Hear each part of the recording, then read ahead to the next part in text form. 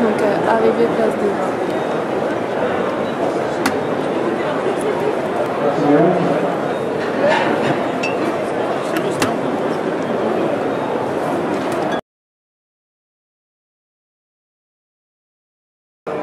Donc deux, trois petits mots sur les vins bio d'une manière générale.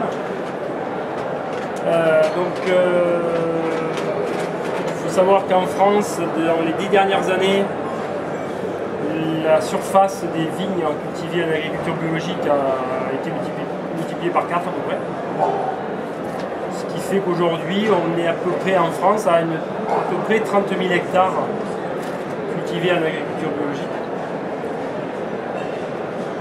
Ce qui fait beaucoup et pas beaucoup à la fois. Pour vous donner une idée, c'est la moitié de l'aire de la vallée du Rhône.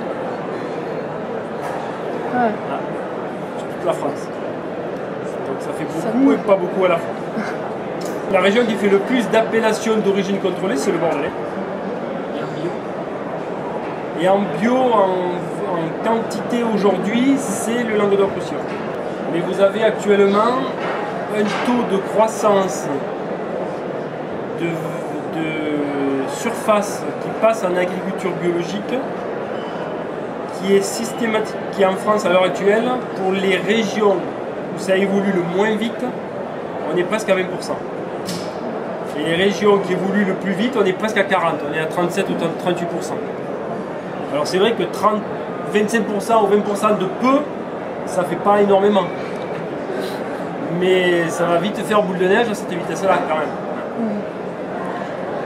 Et aujourd'hui, la viticulture biologique dans la vallée du Rhône représente à peu près 4500 hectares, ce qui fait un peu moins de 10% de notre aire.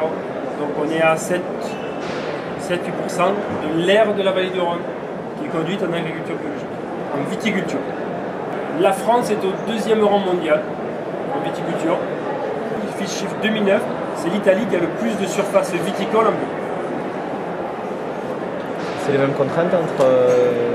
c'est les mêmes règles? Alors la problématique aujourd'hui, elle est là.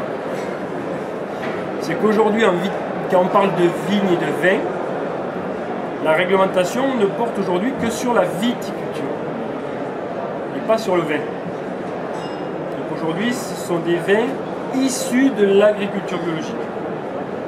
Les seules certifications vin aujourd'hui, ce sont des certifications privées.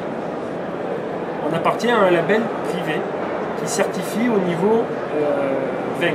Mais au niveau réglementation générale, il n'y a pas de réglementation vin. On essaie actuellement de se mettre d'accord, de faire mettre d'accord les États membres de l'Union communauté européenne, mais c'est un petit peu compliqué.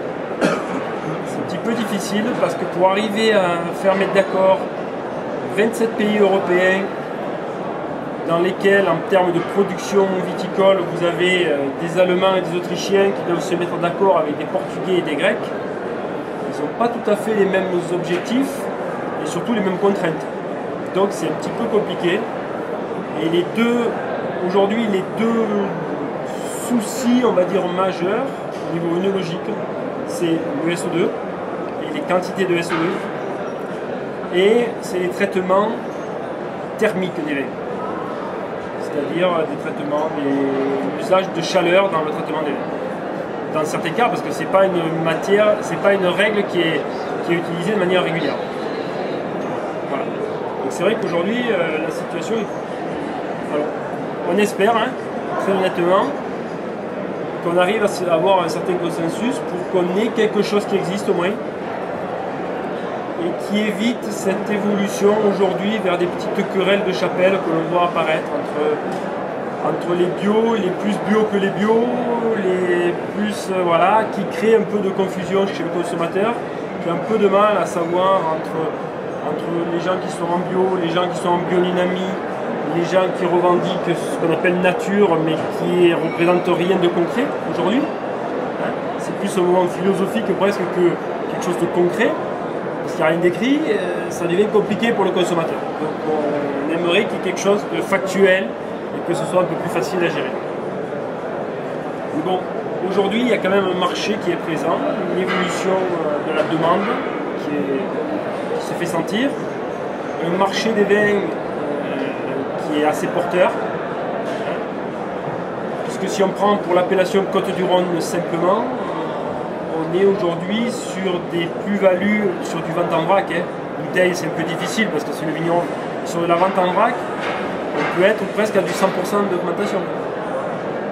Donc quelque chose de très concrètement intéressant pour le vigneron, ce qui, je pense, en plus de ça, nous aide à aller un peu plus vite.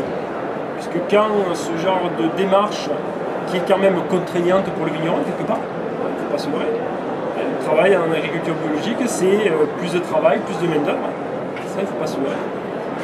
Et bien, s'il y a au bout de ça une carotte qui est la rémunération, le changement philosophique se fait d'autant plus vite, bien sûr. Donc c'est plutôt, ça va plutôt dans le bon sens.